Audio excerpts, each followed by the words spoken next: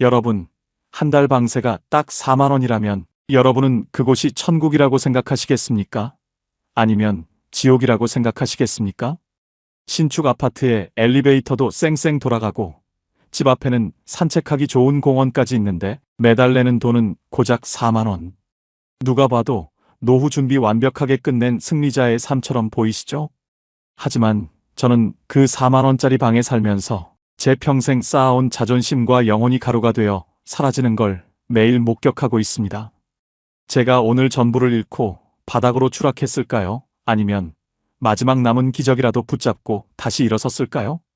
그날은 제 30년 지기 친구 녀석의 손주 돌잔치가 있던 날이었습니다. 장소는 강남에서도 이름만 대면 다 아는 아주 고급스러운 호텔 뷔페였죠. 번쩍거리는 대리석 바닥에 입구부터 늘어선 화환들까지 정장을 차려입고 모인 친구들 사이에서 저는 자꾸만 제 소매자락을 만지작거렸습니다. 한때는 저도 시화공단에서 사장님 소리 들으며 이런 곳에서 수백만 원짜리 회식을 주도하던 사람이었는데 말이죠. 문제는 그 다음이었어요. 축의금 명부에 이름을 적으려고 줄을 서 있는데 손이 자꾸 떨리더라고요. 봉투 안에는 딱 5만 원권 한 장이 들어 있었습니다. 요즘 강남 뷔페 식대가 인당 7, 8만 원은 좋게 한다는데 5만 원이라니. 이름을 적고 돌아서려는데 뒤에서 저를 부르는 목소리가 들렸습니다. 야, 오 사장. 아니, 이제 오 사장 아니지? 만서가. 뒤를 돌아보니 옛날에 제 공장에 부품 대주던 친구놈이 서 있더군요. 반가운 척 제 어깨를 툭 치는데 그놈의 번쩍이는 금시계가 제 눈을 찔렀습니다. 너 이번에 양주 그쪽으로 이사 갔다며? 나라에서 주는 거지 아파트라던데 그거 당첨되기 되게 힘들다며? 순간 주변에 있던 친구들의 시선이 일제히 저에게 꽂혔습니다. 거기는 한 달에 4만 원만 내면 된다며? 야, 역시 만석이 너는 머리가 좋아. 우리처럼 멍청하게 연금만 믿고 사는 게 아니라 나라 돈 타먹는 법을 안다니까. 그놈은 칭찬인 듯 비웃음인 듯 모호한 웃음을 흘리며 제 어깨를 더 세게 쳤습니다. 순간 제 손에 들려있던 접시가 바르르 떨렸습니다. 갓 썰어온 스테이크 소스가 제 낡은 구두 위로 툭 하고 떨어지더군요. 만서가, 거기 살면 나라에서 쌀도 주고 고기도 준다며? 오늘 뷔페 많이 먹어둬라.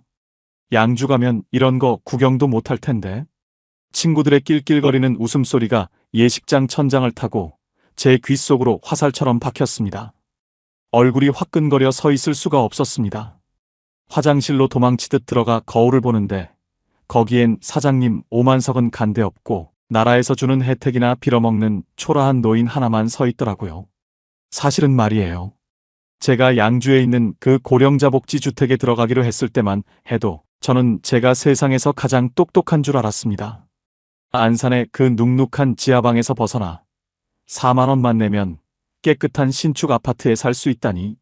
남들 눈에는 가난을 증명해서 얻어낸 동정표였을지 몰라도 저에게는 마지막 남은 복지라는 이름의 구명줄이었거든요. 근데 그 구명줄이 제 목을 조르는 올가미가 될 줄은 꿈에도 몰랐습니다.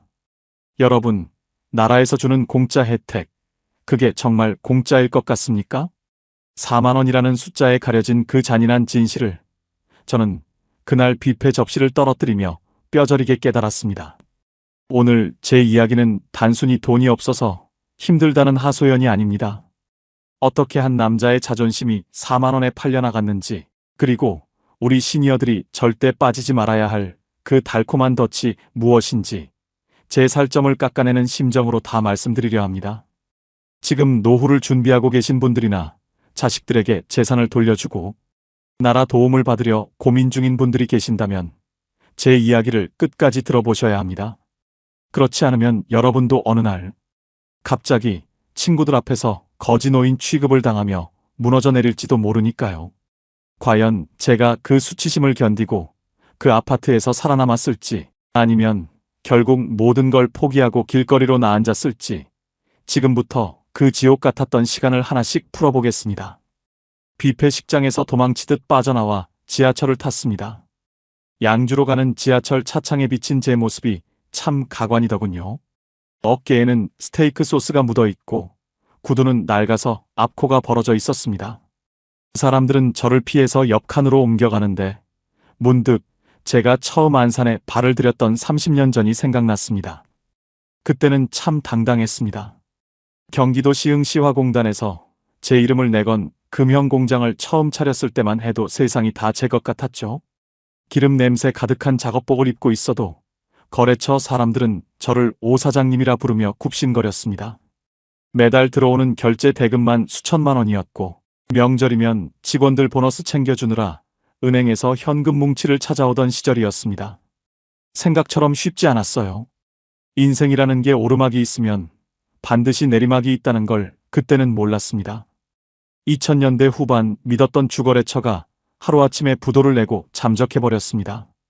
연쇄부도라는 게 참 무섭더군요. 어제까지 형님 동생 하던 사람들이 다음 날이면 법원에서 보낸 압류 통지서를 들고 찾아왔습니다. 제 공장 기계들의 빨간 딱지가 붙던 날, 저는 공장 구석에서 혼자 믹스커피를 마시며 울었습니다. 30년 동안 제 손때가 묻은 기계들이 남의 손에 팔려나가는 소리가 마치 제 살점이 뜯겨나가는 소리처럼 들렸거든요. 집이며 차며 전부 경매로 넘어가고 남은 건 오직 대출 독촉장과 텅 빈 통장뿐이었습니다. 그 와중에 저는 참 미련한 아버지였습니다. 공장이 망해가면서도 제 자식들만큼은 기죽이고 싶지 않았습니다. 아들은 대기업 다니는 집안 딸이랑 결혼한다고 하고 딸은 유학 갔다 온 놈이랑 살겠다고 하니 부모 마음이라는 게 그렇잖아요. 내가 길거리에 낳는 한이 있어도 자식들 앞길에 재뿌리고 싶지는 않았습니다. 결국 남아있던 마지막 현금 3억 원을 쪼개서 아들 아파트 보증금 보태주고 딸 혼수해줬습니다. 아버지, 저희가 나중에 다 모실게요. 걱정 마세요. 그 말을 믿은 제가 바보였을까요? 자식들 다 보내고 나니 제 손에 남은 건 안산 상록구의 한 노후. 빌라 지하방으로 갈 전세금 5천만 원이 전부였습니다. 지하방으로 이사하던 날 아내 미자의 얼굴을 차마 쳐다볼 수가 없었습니다.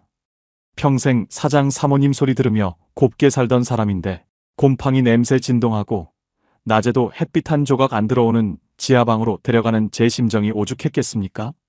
아내는 아무 말 없이 걸레를 빨아 바닥을 닦더군요. 그 거칠어진 뒷모습을 보며 저는 다짐했습니다. 어떻게든 다시 일어선다. 내 아내 저 고생은 안 시킨다. 하지만 막상 해보니까요. 60을 넘긴 나이에 다시 시작한다는 건 불가능에 가까운 일이었습니다. 기술이 있으면 뭐 합니까? 공장들은 전부 젊은 애들만 찾고 제 손가락은 이미 관절염으로 굳어서 정밀한 작업이 안 되는데 말이죠. 결국 제가 할 수 있는 건 경비일이나 일용직 건설 현장 잡부뿐이었습니다. 그때 가장 뼈 아팠던 게 뭔지 아십니까? 바로 국민연금이었습니다. 과거 공장 운영할 때 형편이 어려워지면서 연금 보험료를 몇 년간 체납했었거든요. 에이, 나중에 잘 되면 한꺼번에 내지 뭐. 하고 미뤘던 게 화근이었습니다. 막상 나이가 차서 연금을 신청하러 가니 제 수령액은 고작 80만 원 남짓이었습니다. 같이 일하던 친구들은 150만 원, 200만 원씩 받으며 여유 부리는데 저는 평생을 일하고도 국가로부터 부실한 노인 취급을 받는 기분이었습니다. 아내 눈을 못 마주치겠더라고요. 매달 25일 연금이 들어오는 날이면 미안해서 고개를 들 수가 없었습니다. 80만 원으로 방세 내고 공과금 내고 아내 무릎 보험, 약값 대고 나면 손에 남는 게 10원 한 장 없었으니까요. 문제는 여기서 끝이 아니었습니다. 지하방의 습기는 사람의 영혼까지 갉아먹더군요. 여름이면 벽지가 썩어 들어가고 겨울이면 보일러가 터져서 발가락이 동상 걸릴 정도로 추웠습니다. 아내 미자는 그 추운 곳에서 지내다 결국 무릎 관절염이 악화됐습니다. 밤마다 끙끙 앓는 소리를 내는데 돈이 없어서 병원 한번 제대로 못 데려가는 제 자신이 너무나 증오스러웠습니다. 그러던 어느 날 아내가 몰래 식당 주방 일을 시작했다는 걸 알게 됐습니다. 절름거리는 다리로 불판을 닦고 설거지를 하며 하루 10시간씩 서 있다가 밤늦게 들어오더라고요. 당신 미쳤어? 그 몸으로 왜 그런 일을 해? 하고 소리를 질렀습니다. 그랬더니 아내가 울면서 그러더군요. 당신 기 안 죽이려고 그래요. 손주 돌잔치 갈 때 빈손으로 보낼 순 없잖아요. 그 말을 듣는 순간 가슴이 무너져 내렸습니다. 한때 시화공단을 호령하던 오 사장이 이제는 마누라 등골 빼먹으며 지하방에서 곰팡이 냄새나 맡고 있는 처지가 된 겁니다. 가난은 죄가 아니라지만 가난은 사람을 비겁하게 만들고 비참하게 만들더라고요. 그때까지만 해도 괜찮았습니다. 아무리 힘들어도 우리 둘이 의지하면 버틸 수 있을 줄 알았습니다. 그런데 안산 빌라 주인이 갑자기 전세금을 3천만 원이나 올려달라고 하더군요. 5천만 원 전세금도 자식들 주고 남은 영혼까지 끌어모은 돈이었는데 3천만 원을 어디서 구하겠습니까? 사장님, 요즘 이 동네 시세가 다 그래요. 못 내면 나가셔야지. 집주인의 그 차가운 목소리가 아직도 귓가에 생생합니다. 길거리에 나앉게 생긴 그 절체절명의 순간, 제 눈에 들어온 전단지가 하나 있었습니다. 경기도 고령자 복지주택 입주자 모집. 월 임대료 4만 원이라니. 처음에는 눈을 의심했습니다. 지금 내는 지하방 월세도 30만 원인데 신축 아파트가 4만 원이라니요. 이건 신이 저에게 주신 마지막 기회라고 생각했습니다. 하지만 그 4만 원짜리 천국에 들어가기 위해서는 제가 가진 모든 것, 아니, 제 인간으로서의 마지막 자존심까지 국가에 바쳐야 한다는 사실을 그때는 몰랐습니다. 저는 그날부터 가난한 노인이 되기 위한 처절한 연극을 시작했습니다. 어떻게든 수급자 자격을 따내서 그 4만 원짜리 감옥으로 기어 들어가려고 말이죠. 안산 상록구의 그 낡은 빌라 지하방은 사람의 숨통을 조이는 재주가 있었습니다. 비만 오면 하수구 냄새가 역류하고 벽지 뒤로는 검은 곰팡이가 마치 살아있는 생물처럼 번져나갔죠. 그런데 집주인은 그 지옥 같은 방에 전세금을 3천만 원이나 올려달라고 했습니다. 만석 씨 사정은 알겠는데 나도 세금 내고 대출 이자 내려면 어쩔 수 없어요. 그 말이 제 가슴 등뼈에 대못을 박는 것 같았습니다. 수중에 남은 건 딱 5천만 원. 이게 제 평생 일에서 남긴 마지막 목숨줄이었습니다. 이걸 집주인한테 다 주고 나면 나중에 아내 미자 무릎 수술은 무슨 돈으로 하고 우리 노후는 어떻게 버티겠습니까? 잠이 오지 않아 뜬 눈으로 밤을 지새우던 그때 친구놈 하나가 툭 던진 말이 생각났습니다. 야, 양주 옥정인가 어딘가에 나라에서 짓는 아파트가 있는데 거기 월세가 치킨 2마리 값도 안 된대. 여기서 중요한 게 있어요. 세상에 공짜는 없다는 말을 그때 깨달았어야 했습니다. 그 아파트, 즉 고령자 복지주택에 입주하려면 조건이 아주 까다로웠거든요. 가장 우선순위가 바로 기초생활수급자였습니다. 나라에서 공인한 빈털터리가 되어야만 그 4만 원짜리 방에 들어갈 자격이 주어지는 겁니다. 미자야, 우리 이거 한번 해보자. 양주로 가면 새 아파트에서 떵떵거리고 살 수 있어. 아내에게 조심스럽게 말을 꺼냈습니다. 아내는 제 얼굴을 가만히 쳐다보더니 힘없이 웃더군요. 우리가 수급자가 될 수 있어요? 당신 명의로 된 5천만 원이 있잖아요. 맞습니다. 그 5천만 원이 문제였습니다. 나라에서는 통장에 5천만 원만 있어도 먹고 살 만한 노인으로 분류하니까요. 문제는 그 다음이었어요. 저는 해서는 안 될 선택을 하고 말았습니다. 이 5천만 원을 숨겨야만 했습니다. 그래야 수급자가 되고, 그래야 월세 4만 원짜리 천국행 티켓을 딸 수 있으니까요. 결국 저는 경기도 부천에 사는 딸아이를 불렀습니다. 딸은 제 얼굴도 제대로 못 쳐다보고 손가락만 만지작거리더군요. 지영아, 이 돈 5천만 원. 일단 내 명의로 좀 돌려놓자. 아빠가 나중에 수급자 신청할 때 재산이 있으면 안 된대서 그래. 제 입에서 이런 말이 나올 줄은 꿈에도 몰랐습니다.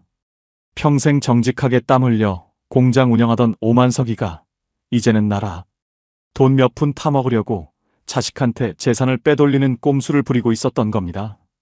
딸아이는 아빠, 이거 나중에 문제 생기면 어떡해? 라며 걱정했지만 당장 길거리에 나앉게 생긴 제 귀에는 아무 소리도 들리지 않았습니다.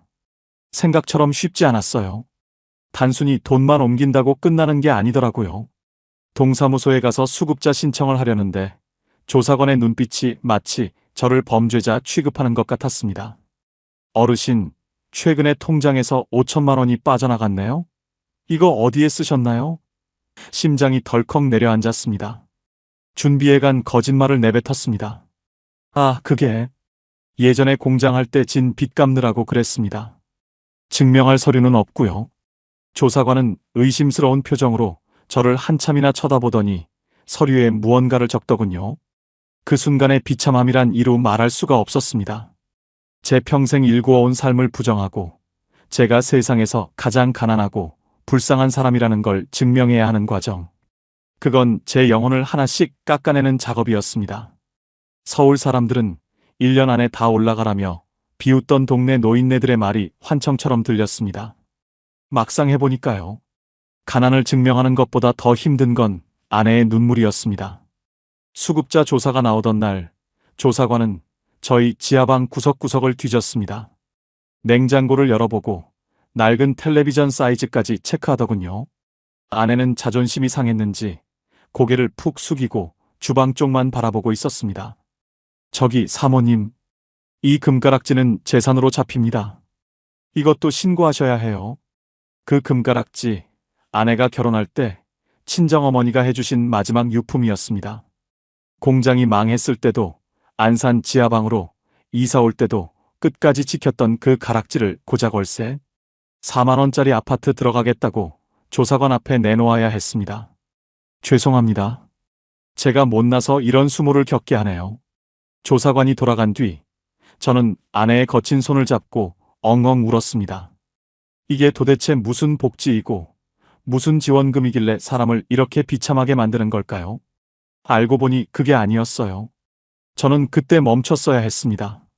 나라에서 주는 혜택이라는 게 결국 내 발목에 스스로 족쇄를 채우는 일이라는 걸 말이죠. 하지만 며칠 뒤 휴대전화로 진동이 울렸습니다. 양주 옥정 고령자 복지주택 최종 당첨을 축하드립니다. 임대료 월 42,000원. 그 문자를 보는 순간 저는 바보같이 환호성을 질렀습니다. 지옥에서 탈출했다는 착각, 이제는 발 뻗고 잘 수 있다는 안도감이 제 눈을 가려버린 겁니다. 그런데 말입니다. 인생은 제 편이 아니었습니다.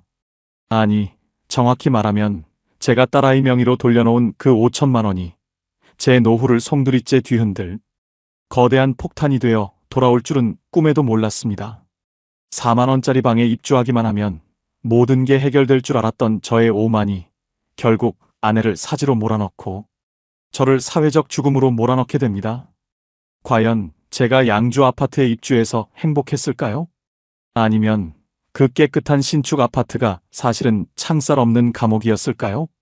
안산 상록구에 그 눅눅했던 지하방을 떠나던 날, 저는 1톤 트럭 조수석에 앉아 창밖만 바라봤습니다. 짐이라고 해봐야 30년 넘은 낡은 장롱이랑 삐걱거리는 식탁 하나가 전부더군요. 한때 공장을 운영하며 수억 원대 기계를 들여놓던 제가 이제는 이 초라한 짐장 몇 개에 몸을 싣고 양주라는 낯선 땅으로 향하고 있었습니다.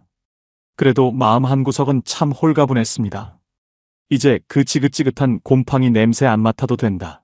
우리 미자 깨끗한 집에서 살게 해줄 수 있다는 생각뿐이었죠. 안산을 벗어나 외곽순환 고속도로를 타고 한참을 달리니 저 멀리 양주 옥정지구의 번듯한 아파트 단지들이 보이기 시작했습니다.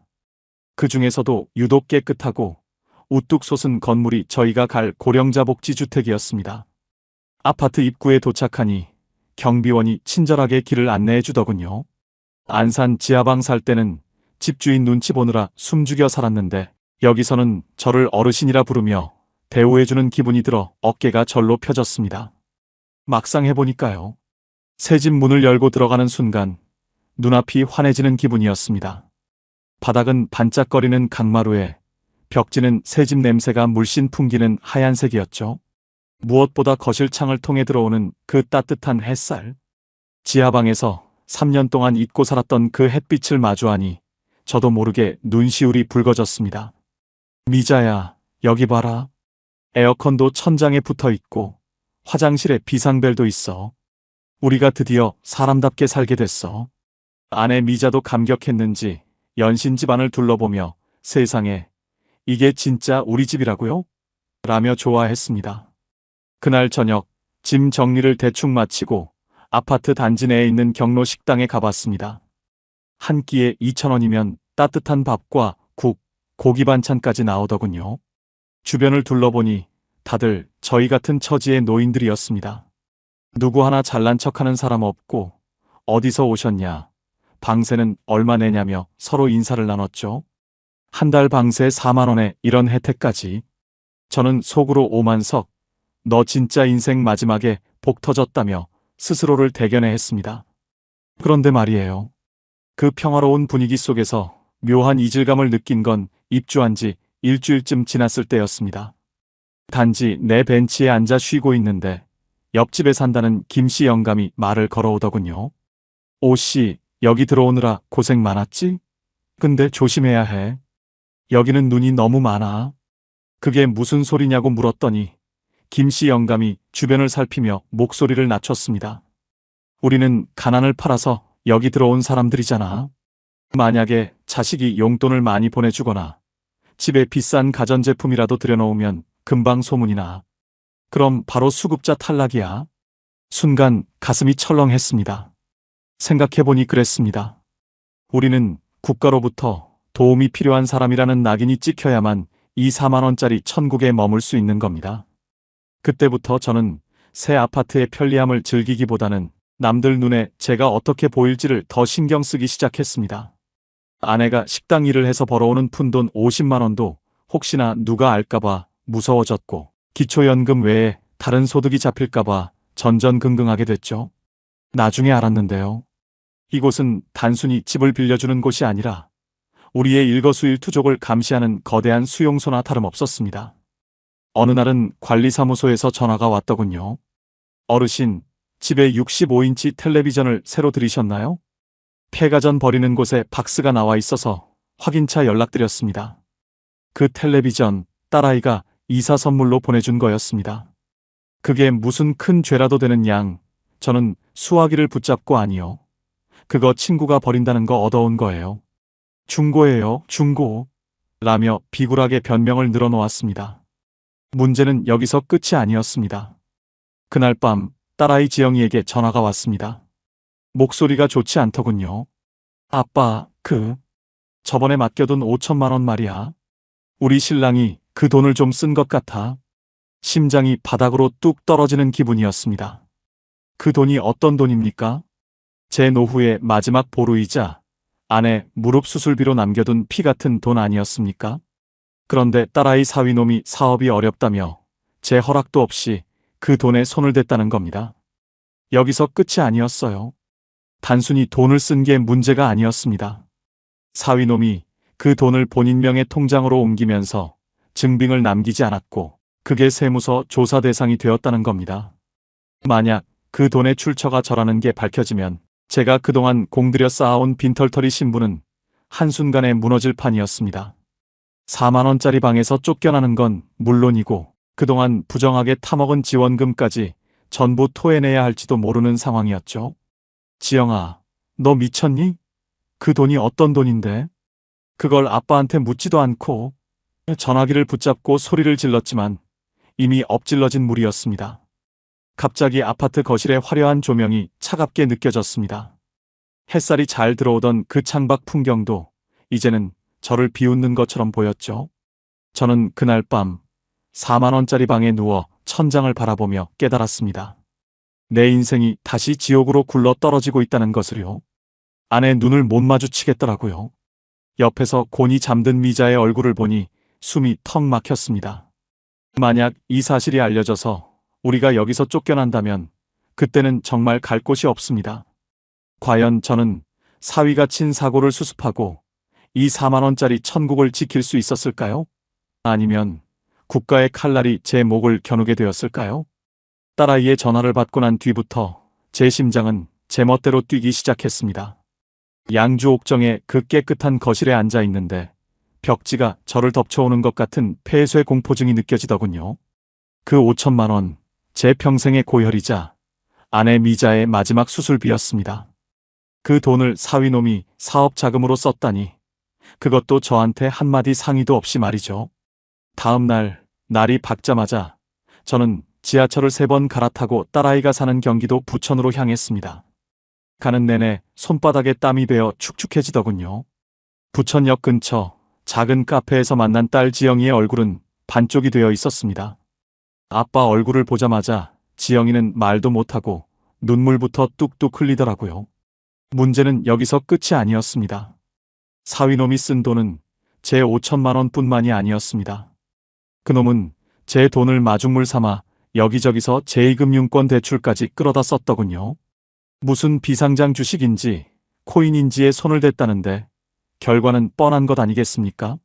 원금은 고사하고 이자조차 감당 못할 수준이 되어버린 겁니다. 아빠, 정말 미안해. 오빠가 금방 벌어서 채워 넣는다고 해서 나도 어쩔 수 없었어. 딸아이가 우는데 제 속은 타들어가다 못해 제가 되어버리는 것 같았습니다. 그 돈이 어떤 돈입니까? 나라에서 주는 4만 원짜리 복지주택에 들어오려고 제가 국가를 상대로 사기까지 쳐가며 숨겨둔 돈 아닙니까?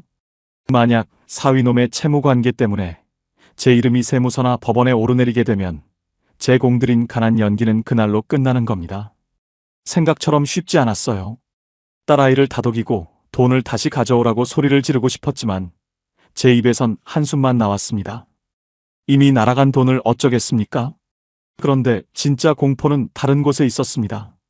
사위가 돈을 옮기는 과정에서 제 계좌에서 딸 계좌로 다시 사위 계좌로 뭉칫돈이 오간 기록이 남았다는 겁니다. 요즘 세상에 전산이 얼마나 무섭습니까? 수급자 자격 심사를 할 때 나라에서 이 기록을 들여다보는 건 시간 문제였습니다. 아빠, 어떻게든 우리가 해결해 볼게. 조금만 기다려줘. 딸아이가 제 손을 잡으며 말했지만 그 차가운 손끝에서 절망이 느껴졌습니다. 양주로 돌아오는 지하철 안에서 저는 몇 번이나 내렸다 타기를 반복했습니다. 집에 들어가기가 무서웠거든요. 깨끗한 새 집에서 저를 기다리고 있을 아내 미자의 얼굴을 볼 자신이 없었습니다. 밤 9시가 다 되어 집에 도착하니 아내가 현관문 앞까지 마중을 나왔더군요. 지영이는 잘 보고 왔어요? 무슨 일 있는 거 아니죠? 아내의 걱정 어린 눈빛을 보는데 제 가슴이 덜컥 내려앉았습니다. 아니, 별일 없어. 그냥 지영이 얼굴 좀 보고 왔지. 거짓말이 참 쉽게도 나오더군요. 하지만 그날 밤 저는 한숨도 자지 못했습니다. 아내 눈을 못 마주치겠더라고요. 잠든 아내의 굽은 등을 바라보며 저는 4만 원짜리 방의 정체를 다시 생각했습니다. 이곳은 천국이 아니라 제가 친 거대한 거짓말 위에 세워진 사상 누각이었습니다. 언제 무너질지 모르는 그 위태로운 평화 속에서 저는 매일 밤 가위 눌린 사람처럼 헐떡였습니다. 게다가 양주 옥정은 공기는 좋지만 큰 대학병원은 한참을 가야 합니다. 혹여나 아내가 갑자기 쓰러지기라도 한다면 병원까지 40분이라는 생각에 그게 더 무섭더라고요. 돈이 없으면 아픈 것도 죄가 되는 이 현실이 4만 원짜리 월세 뒤에 숨겨진 진짜 칼날이었습니다. 며칠 뒤 제 불길한 예감은 현실이 되어 나타났습니다. 우체통에 꽂혀있는 노란색 봉투, 양주시청 사회복지과에서 보낸 소득 및 재산 소명 요청서였습니다. 심장이 멎는 것 같았습니다. 누군가 제 거짓말의 꼬리를 잡은 게 분명했습니다. 저는 떨리는 손으로 그 종이를 쥐고 집 안으로 들어갔습니다. 과연 저는 이 위기를 넘기고 4만 원짜리 방을 지켰을까요?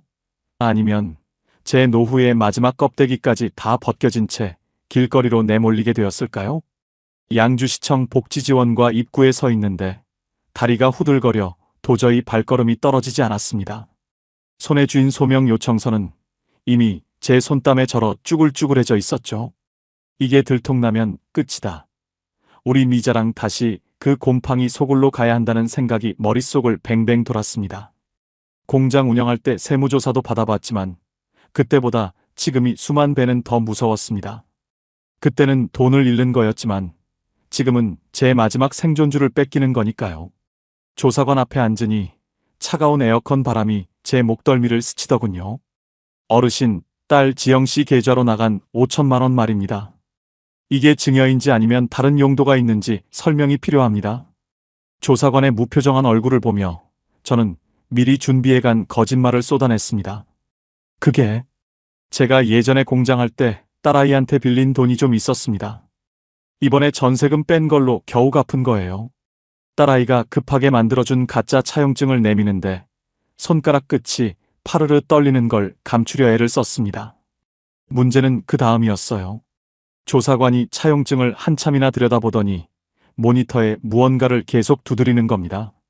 그 짧은 침묵이 마치 사형 선고를 기다리는 시간처럼 길게만 느껴졌습니다. 혹시 사위놈 대출 기록까지 다 들여다보고 있는 건 아닐까?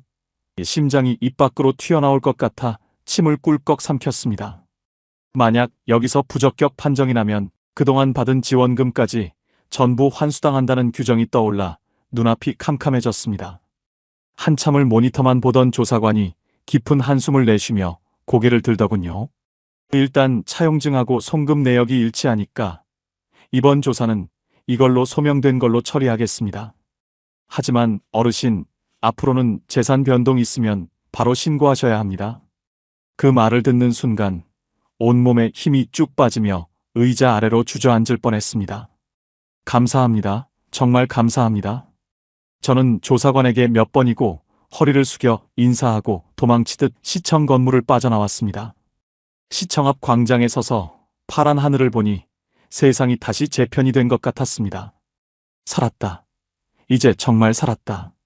양주 옥정으로 돌아오는 버스 안에서 저는 평소에 아까워서 사 먹지도 못하던 프랜차이즈 치킨 한 마리를 주문했습니다. 오늘은 아내 미자와 함께 제대로 된 잔치를 벌이고 싶었거든요. 가짜 차용증 한 장으로 국가를 속였다는 죄책감보다는 당장 쫓겨나지 않아도 된다는 안도감이 제 이성을 마비시켜버렸습니다. 집에 도착하니 고소한 치킨 냄새에 아내 미자의 얼굴에도 오랜만에 웃음꽃이 피었습니다.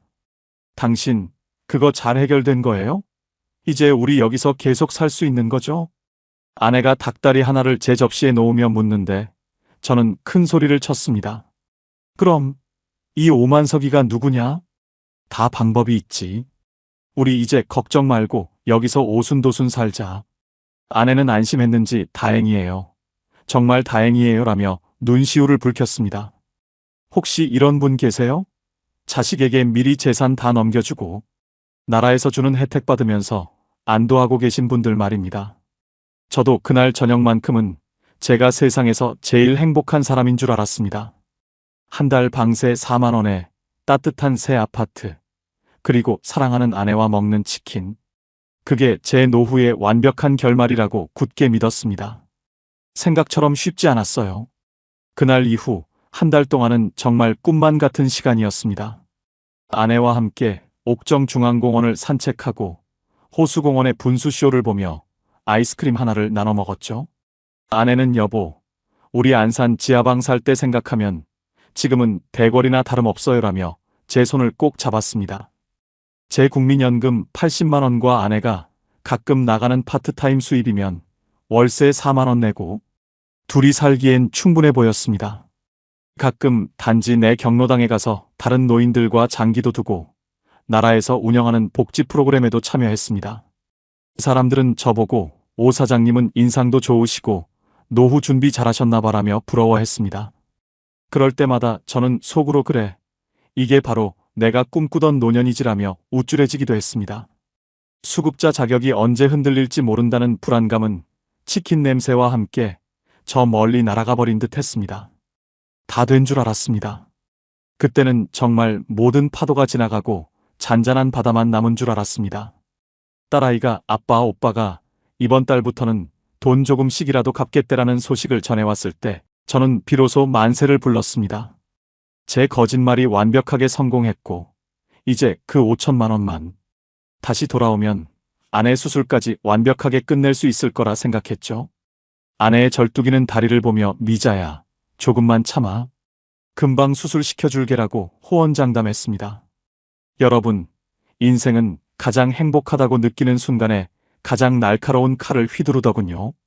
제가 그 가짜 안도감에 취해 있을 때 제 등 뒤에서는 이미 제가 상상도 못할 거대한 반전이 숨을 죽이고 다가오고 있었습니다.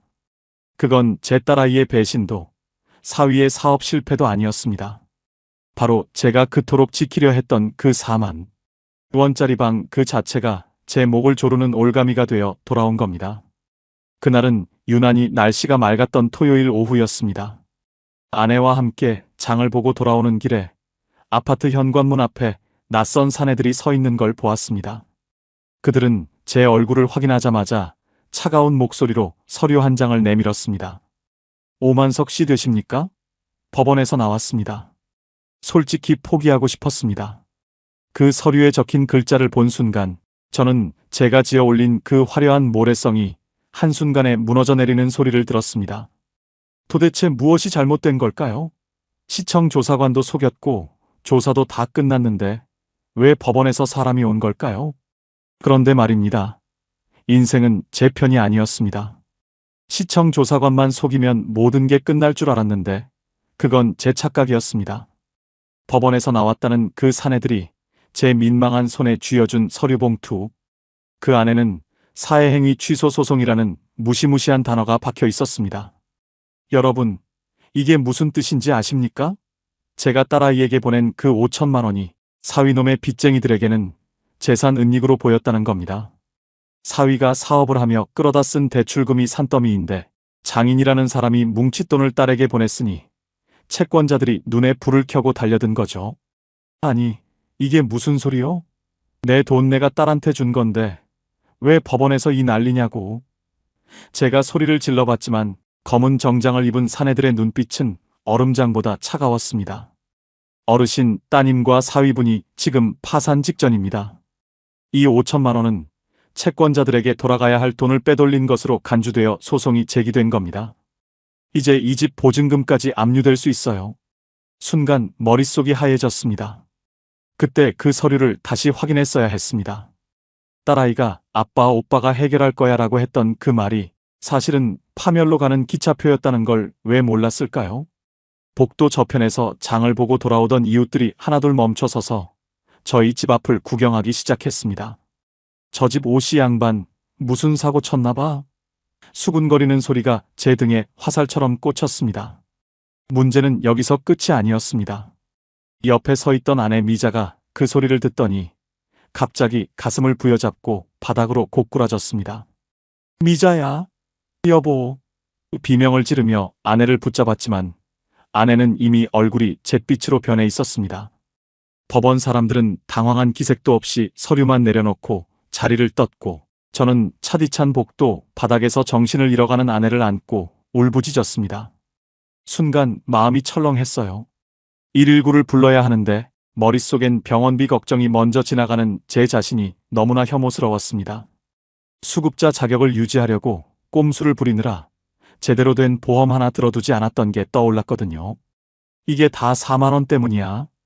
그놈의 4만 원짜리 방에 살겠다고 내가 무슨 짓을 한 거야? 응급실로 실려가는 아내의 구부러진 손가락을 보며 저는 제 무덤을 스스로 팠다는 사실을 뼈저리게 느꼈습니다. 알고 보니 그게 아니었어요. 제가 아낀 4만 원의 월세는 사실 고리대금보다 더 무서운 대가였습니다. 가난을 증명하기 위해 제 삶을 난도질하고 자식에게 돈을 빼돌리며 법까지 어겼던 그 대가가 이제야 청구서로 날아온 겁니다. 아내는 응급실 중환자실로 들어갔고 저는 보호자 대기실 의자에 앉아 법원 서류를 찢어질 듯 쥐고 있었습니다. 여기서 중요한 게 있어요.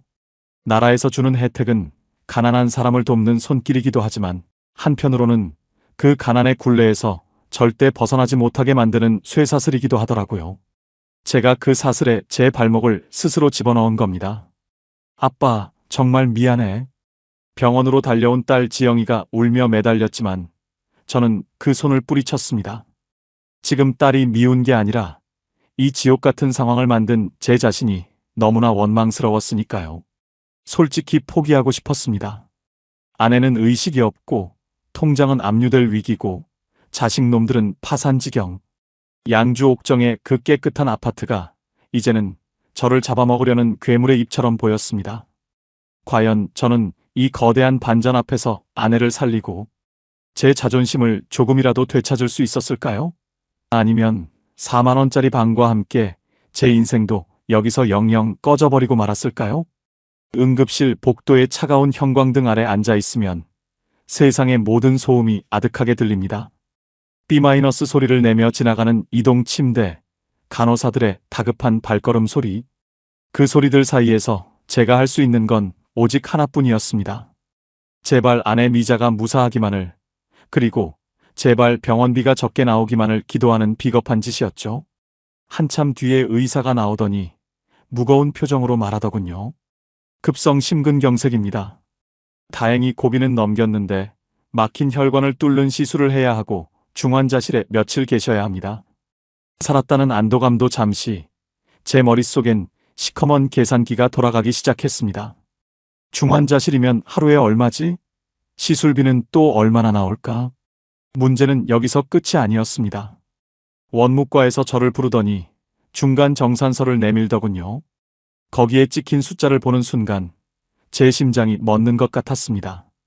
520만 원. 우리가 수급자라 의료비 혜택을 받는다고 해도 건강보험이 적용되지 않는 비급여 항목들이 산더미처럼 쌓여 있었습니다. 비싼 검사비에 특수약제비, 가난한 사람을 위한 복지 아파트에 산다고 해서 병마가 저희를 가난하게 봐주는 건 아니더라고요. 저기, 제가 형편이 좀 어려워서 그런데 이거 조금씩 나눠서 내면 안 될까요?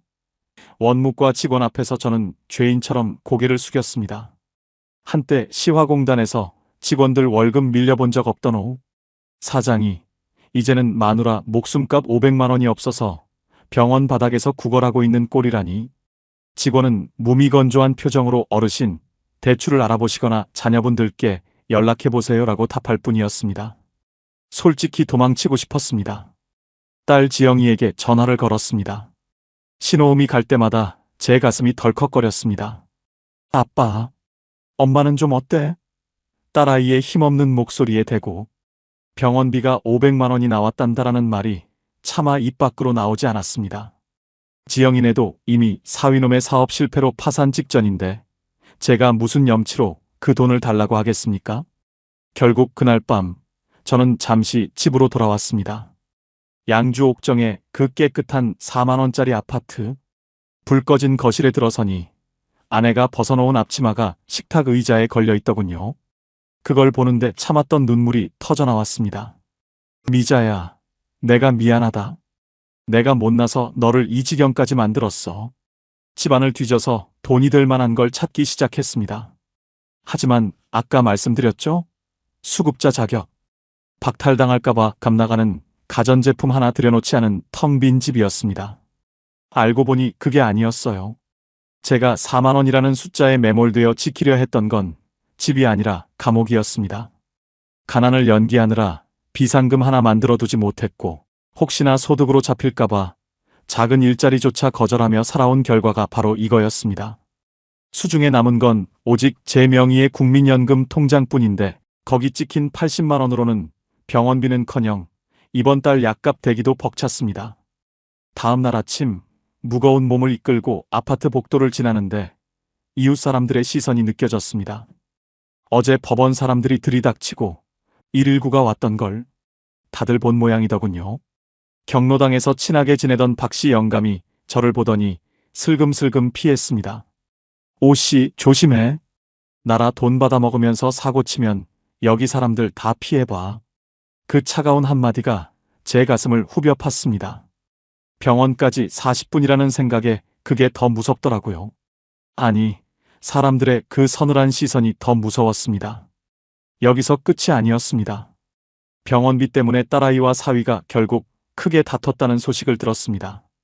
사위는 내 코가 석자인데 장모님 병원비까지 내가 어떻게 책임지냐며 소리를 질렀다더군요.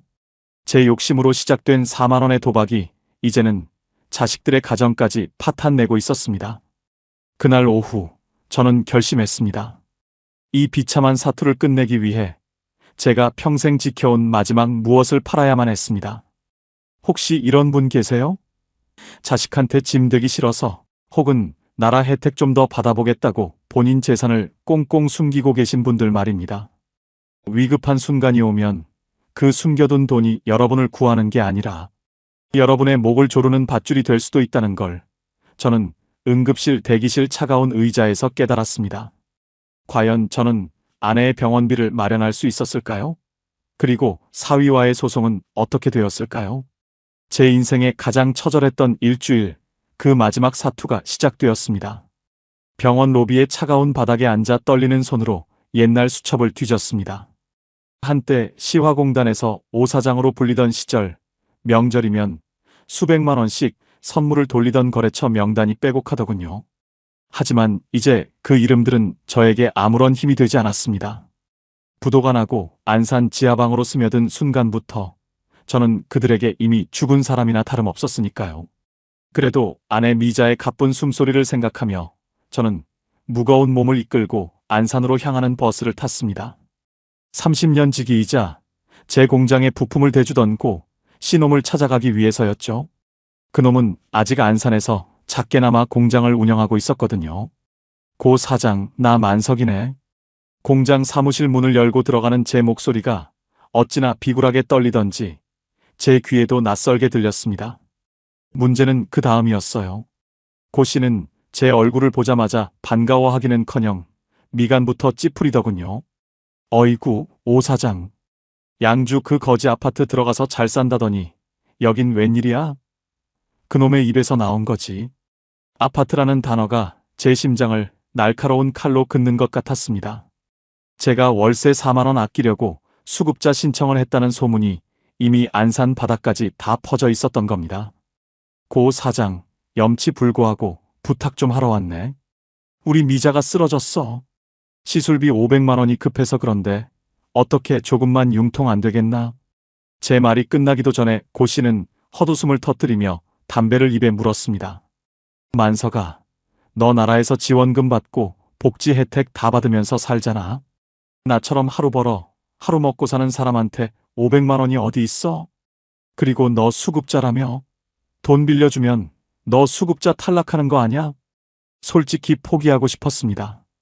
친구라는 놈의 입에서 나오는 말들이 어쩌면 그렇게 하나같이 송곳 같던지요. 제가 가난을 증명하고 4만 원짜리 방을 얻은 대가는 가장 필요할 때 누구에게도 도움을 요청할 수 없는 신용불량자 딱지였습니다. 제가 가난하다고 나라에 신고를 했으니 주변 사람들도 저를 돈 갚을 능력 없는 노인으로 낙인 찍어버린 겁니다.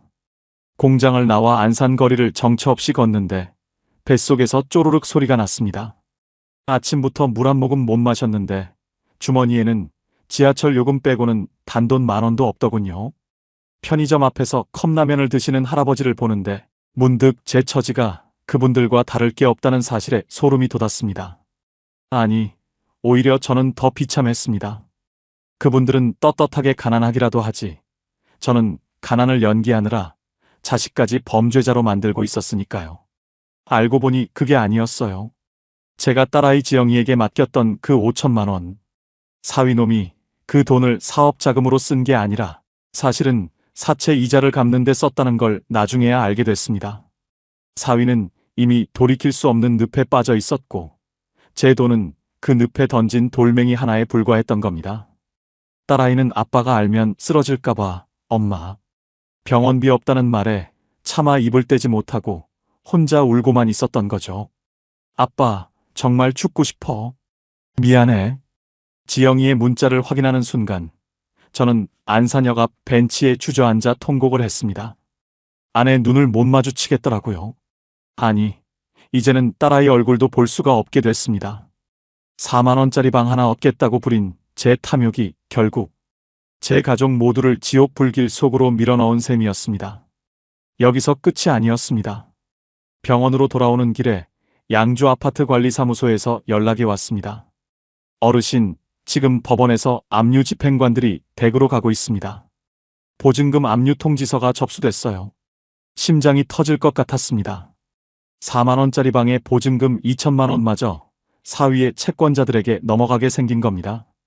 만약 보증금이 압류되면 저희는 그나마 있는 이 4만 원짜리 감옥에서도 쫓겨나야 합니다. 선생님 제발 한 번만 봐주세요. 우리 집사람이 지금 병원에 있어요. 제가 전화기 붙잡고 울며 사정했지만 관리소 직원의 목소리는 기계처럼 차가웠습니다. 어르신, 저희가 할 수 있는 게 없습니다. 법원 명령이라. 전화를 끊고 나니 세상이 빙글빙글 돌더군요. 병원까지 40분이라는 생각에 그게 더 무섭더라고요. 아내 곁에 빨리 가야 하는데 다리가 천근만근이라 움직여지질 않았습니다. 혹시 이런 분 계세요? 설마 나한테 그런 일이 생기겠어? 하고 안일하게 생각하시는 분들 말입니다. 자식 명의로 돈 돌려놓고 나라 혜택 받으면서 안심하고 계시죠? 법은 생각보다 무섭고 돈 냄새 맡은 빚쟁이들은 여러분의 가난한 사정 따위는 봐주지 않습니다. 제가 그 산증인입니다. 과연 저는 압류 집행을 막고 아내의 병원비를 마련할 수 있었을까요? 그리고 제 인생의 마지막 자존심을 지킬 방법은 남아 있었을까요? 이제 제 인생의 가장 어두운 밤이 지나고 처절한 결말을 향해 달려갑니다. 병원 옥상에서 양주 시내를 내려다보는데 눈물이 멈추지 않았습니다.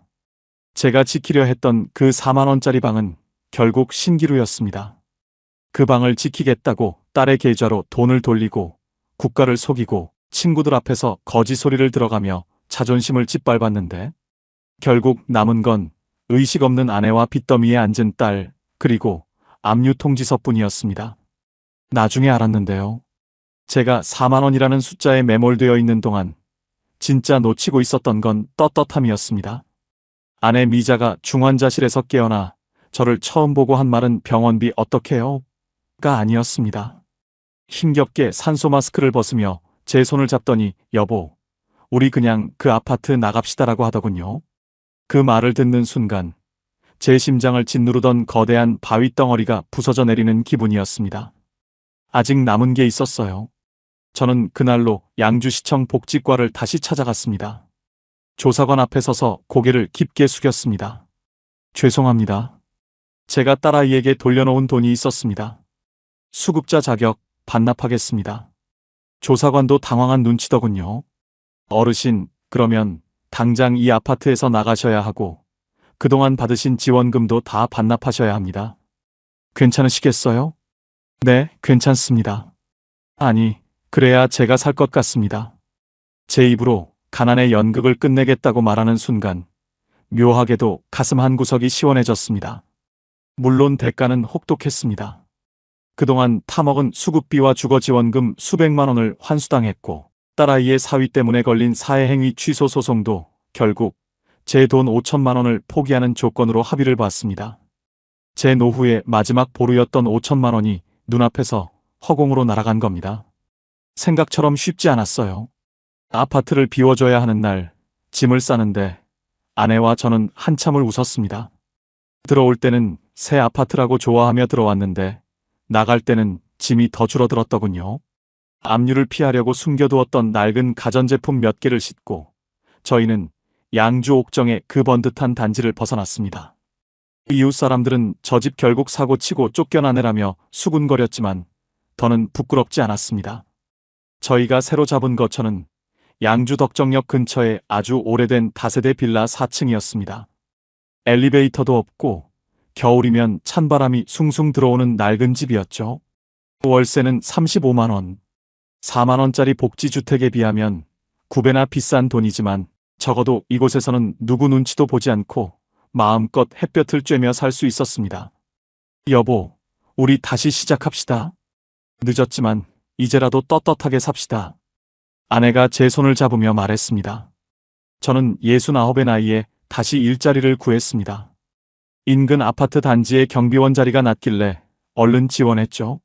한때 공장을 운영하던 오 사장이었지만 이제는 주민들이 버린 분리수거를 정리하고 밤새 단지를 순찰하는 경비원 오 씨가 되었습니다. 문제는 여기서 끝이 아니었습니다. 제 몸이 예전 같지 않다는 거였죠. 밤샘 근무를 하고 나면 다리가 퉁퉁 붓고 허리가 끊어질 듯 아팠습니다. 하지만 매달 제 통장에 찍히는 210만 원의 월급은 나라에서 주던 그 어떤 지원금보다 달콤했습니다. 여기에 제 국민연금 80만 원을 더하니 우리 부부 입에 풀칠하고 아내 약값 대기에는 부족함이 없더군요. 여기서 중요한 게 있어요. 제가 만약 끝까지 4만 원짜리 방에 집착했다면 저는 지금도 매일 밤 누군가 제 거짓말을 눈치챌까봐 가슴 졸이며 살고 있었을 겁니다. 수급자 자격을 유지하려고 딸과 절연하고 아내의 아픔을 숨기며 살았겠죠. 하지만 가짜 평화를 버리고 나니 비로소 진짜 인생이 보이기 시작했습니다.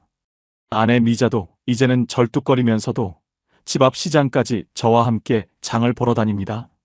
당신 혼자 보내면 거기서 쓰러질 것 같아서 내가 같이 가야겠어요. 아내가 웃으며 제 팔짱을 낄 때 저는 4만 원짜리 아파트에서는 단 한 번도 느껴보지 못한 행복을 느꼈습니다. 비록 통장 잔고는 예전 사장님 시절의 하루 용돈보다 못하지만 지금 저는 제 인생에서 가장 부유한 시간을 보내고 있습니다. 솔직히 포기하고 싶었습니다. 가끔 옥정 호수공원 근처를 지날 때면 저 멀리 보이는 그 번듯한 복지 아파트를 쳐다보곤 합니다. 그곳에 사는 누군가는 여전히 4만 원의 축복을 누리고 있겠죠. 하지만 저는 알고 있습니다. 그 4만 원을 지키기 위해 얼마나 많은 것을 포기하고 있을지를요. 저는 이제 4만 원짜리 방 대신 40만 원의 월세를 내며 얻은 이 소중한 자유를 절대 포기하지 않을 겁니다. 여러분, 노후의 안정이라는 게 단순히 싼 집, 공짜 돈에 있는 게 아니더라고요.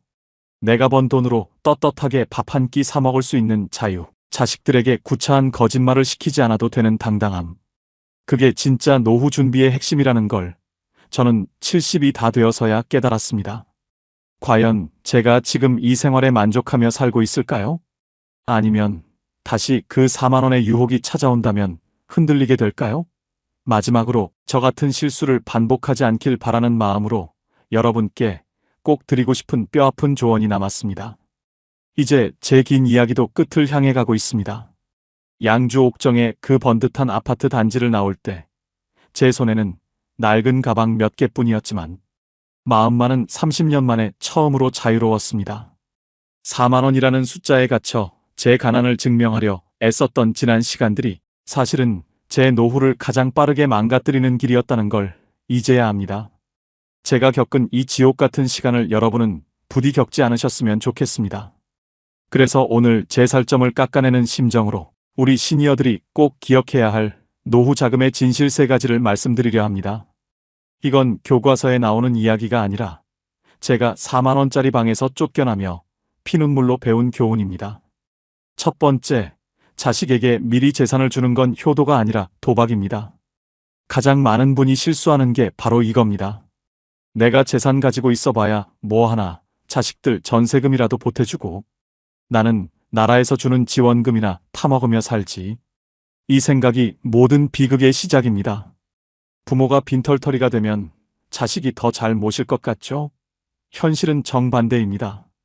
부모가 경제력을 잃는 순간 부모와 자식의 관계는 존경이 아니라 부담으로 바뀝니다. 제가 딸아이 계좌로 돈을 옮기는 순간 그 돈은 이미 제 돈이 아니라 사위의 대출을 막는 땔감이 되어버렸습니다. 여러분, 노후 자금은 내 목숨줄입니다. 자식이 아무리 힘들다고 해도 내가 죽을 때까지는 내 손에 꽉 쥐고 계셔야 합니다.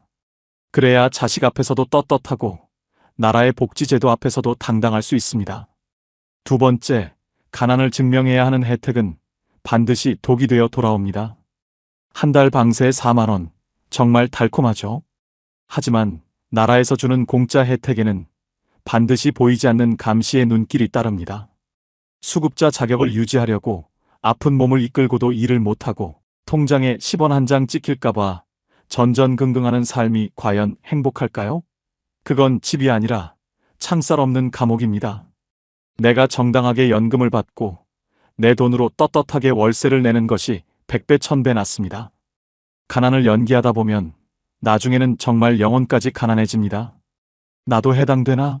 하며 복지관을 기웃거리기보다 내가 단돈 50만 원이라도 벌 수 있는 건강을 지키는 것이 가장 강력한 노후 준비입니다.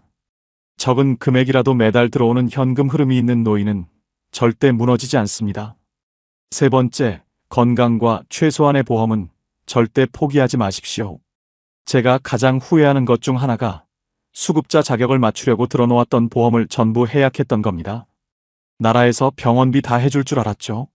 하지만 아내 미자가 쓰러졌을 때 비급여 항목으로 수백만 원이 터져나오니 방법이 없더군요. 복지는 여러분의 생명은 유지해주지만 여러분의 삶의 질까지 책임져주지는 않습니다.